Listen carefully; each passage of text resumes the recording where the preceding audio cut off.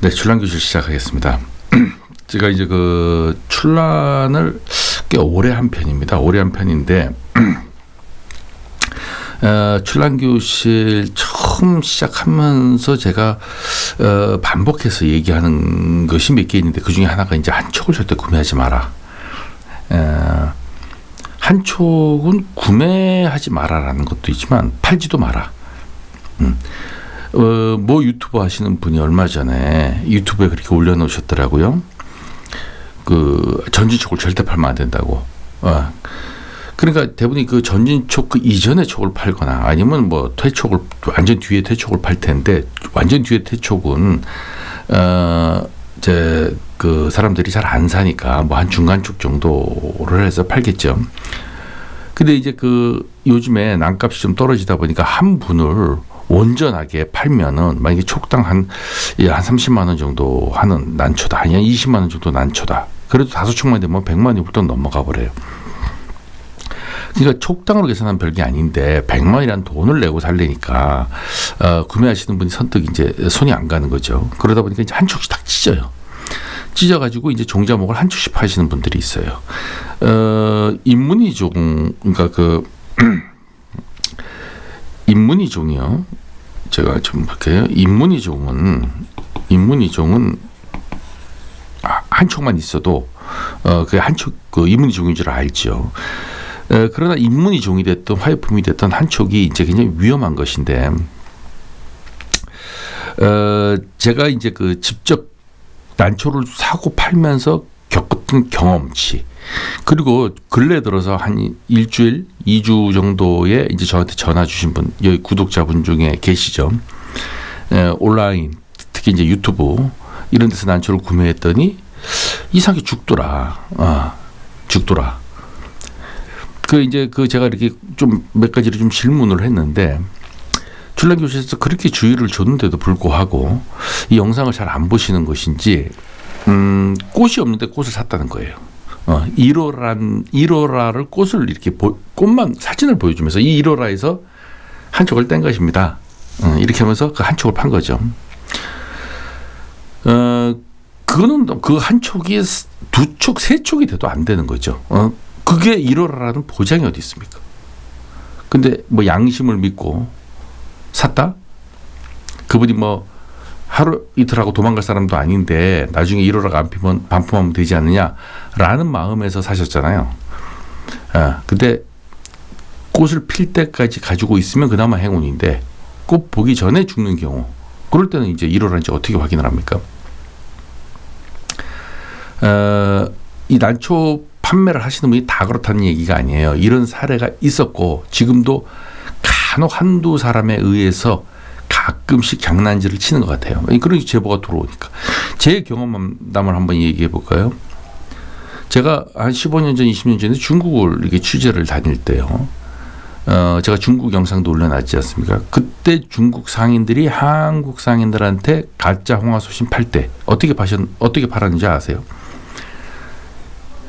홍화소신 물을 들여놓고 한국에 가져가는 동시에 이제 꽃은 시들었으니까 다음 꽃을 보려고 기대하겠죠. 근데 다음 꽃을 봤어. 근데 홍화소심이 안 나왔어. 그러면 여러 가지로 시끄럽거든요. 그러니까 소금물에 뿌리를 담궈놨다가 파는 거예요. 그 적당한 농도 조절을 해서 그 서서히 죽게 만드는 거죠. 한국에서 꽃을 보기 전에 이미 그 난초는 사망하는 거예요. 그러니까 이제 그 소금물이 됐던 어떤 뭐 제초제나 약초가 됐던 약품이 됐던 뭔가를 그 출란에다 데미지를 가한 다음에 그 꽃이 진짜인지 아닌지 구분할 수 없는 단계, 그러니까 구분할 수 있는 단계까지 가지도 못하게 그냥 사망하게. 그러니까 우리 한상도 회장님도 옛날에 그런 저하고 인터뷰하실 때 그런 말씀 하셨지 않습니까? 다행히 꽃을 보기 전에 죽었다는 거예요. 그러니까는 마음속에 이게 진짜 홍화소심인데 내가 죽였다 이렇게 생각하는 거죠. 그래서 지금도 이제 그러신 분, 그러니까 그 중국에서 그러한 행위들이 이루어졌고 그 못된 행위들을 또 한국 난상인들이 배워서 일부 활용한 적도 있었어요. 저도 그런 난상인하고 교류를 한 적도 있었고요. 그러니까 이건 제 경험이에요. 누가 들은 얘기 아니에요. 그래서 지금 며칠 전에 전화 오셨던 그 구독자분은 직접 경험하신 거예요, 이번에. 그러니까는 위험하다. 그리고 한 달 전에 전화 오신 분도 있지 않습니까? 유튜브에서 난초 많이 판매하시는 분인데 같이 산책을 갔더니 주머니에서 약병을 꺼내가지고 산에다가 막 뿌리더라.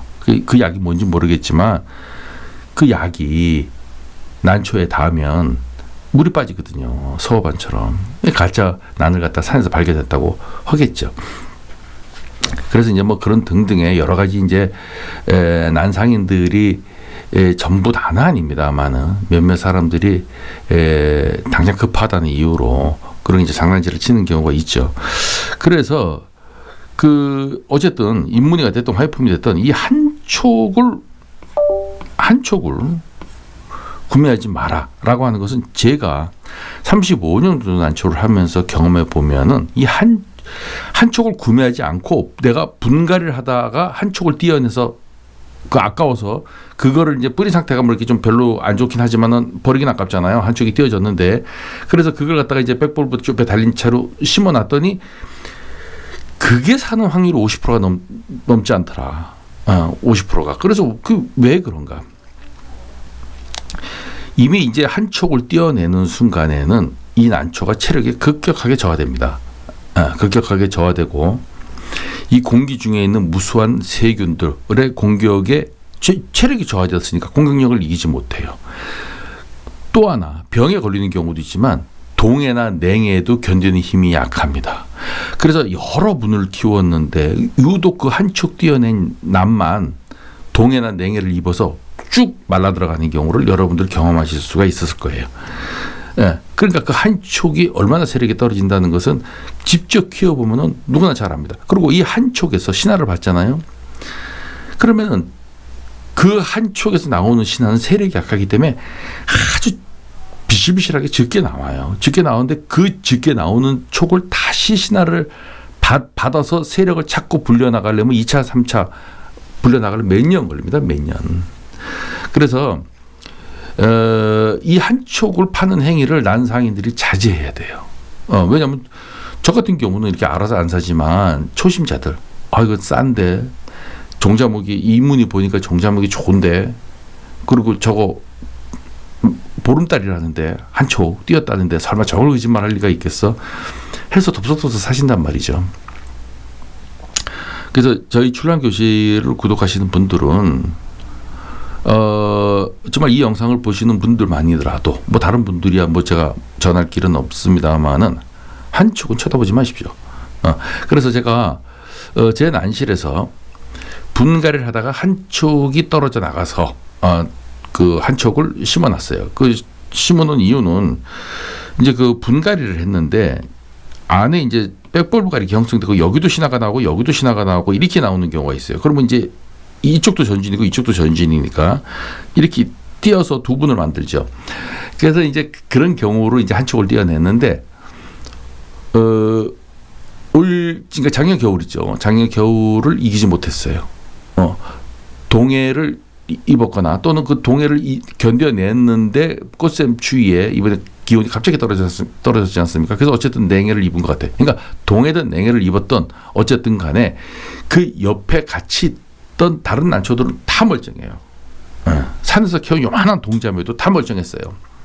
조그만한 것 생강근인데도 조직배양 생강근 그 단엽충투도 딱 한 번 살아남았지만 멀쩡해요. 근데 그 옆에 있던 큰 한 촉짜리가 죽은 거예요. 자, 그래서 그 영상을 보면서 제가 한번 설명을 드리도록 하겠습니다. 자, 이 난초인데요. 제가 이제 분해 심은 채로 여러분에게 이렇게 보여드리는 것입니다. 잎이 타들어간 이 어떤 그 상황 형태로 봤을 때는 냉해나 동해를 입은 거예요. 이런 것들은 이제 그 체력이 극하게 떨어지니까 조금만 추위에도 못 견디는 거예요. 사람도 그렇지 않습니까? 체력이 떨어지면 조금만 추워도 감기에 걸리는 거죠. 감기 걸린 사람은 어떤 사람은 한 2, 3일 타이레놀 같은 거 먹고 낫는 사람이 있는가 하면 어떤 사람은 독감으로 아주 진행돼서 합병증을 유발해서 나중에 사망에도 이릅니다. 사람도 그런데 하다못해 식물이 이 저항력이 떨어진 이 한 촉이 오죽하겠냐 말이죠. 근데 이거는 내가 집에서 키운 것도 이래요. 근데 이걸 갖다가 이제 띄어서 구매를 했다고 칩시다. 저게 중투였다. 뭐 천정이었다. 그래도 안 되는 거죠. 그래서 한번 그 분을 쏟아가지고 여러분에게 한번 이 뿌리 상태는 어떤 상태로 죽었는지 한번 같이 보도록 할까요? 네. 뒤쪽 쪽에 이제 분주를 하다 보니까 뿌리는 길지 않고 상태는 안 좋지만 뿌리가 지고도 한 7, 8가닥이 돼요. 그런데 저 뿌리를 이제 백볼브가 저기 하나 달려 있는 상태로 이제 제가 띄었고 저 뒤쪽으로는 이제 또 다른 전진촉이 형성이 됐었어요. 그런데 이게 지금 그 뿌리를 손으로 이렇게 만져보니까 이 뿌리가 굉장히 저기 단단해요. 지금.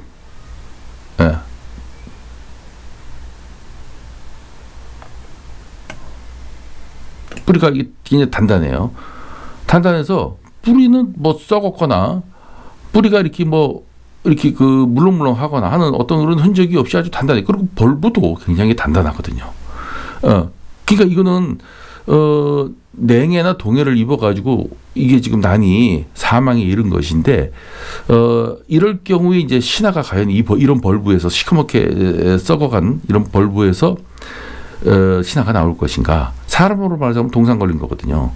동상 걸리면 이제 피부가 괴사하지 않습니까? 근데 여기 보니까 신하가 있어요. 신하가 있는데 신하 색깔이 하얀색이 아니라 여기 보이시죠? 신하 자마가 달렸는데 이 자마가 약간 색이 검은색으로 변질됐어요. 그러니까 저거 심어놓고 계속 기다려서 저 자마가 좀 큰다 하더라도 살아남기는 어려운 거죠. 그 자마 한 번을 이렇게 띄워볼까요? 띄워보니까 속은 이렇게 하얀데 결국 살 수 없는 정도 상태다. 그래서 이거는 사실은 폐기 처분하는 것이 맞아요. 이 벌브에서는 더 이상 뭘 기대하기는 어렵습니다. 시커멓게 됐고요. 또 이게 이제 괴사하다 보니까 조직이 괴사하다 보니까 지금 냄새도 나네요. 냄새도 약간 시큼한 냄새가 나는데 무엇보다도 이 뿌리가 건강하고 벌브가 단단하다는 이유로 이거 백볼을 받으려고 그냥 이렇게 뭐 기대하시는 분이 있는데 이건 안 됩니다. 그래서 여러분하고 같이 이제 냉해 동해를 입은 난이 이 분속이 어떤지를 한번 봤는데요. 자, 어떻습니까? 이 한 촉이 100% 그런 건 아니에요. 절반 이상은 그래요. 절반 이상은.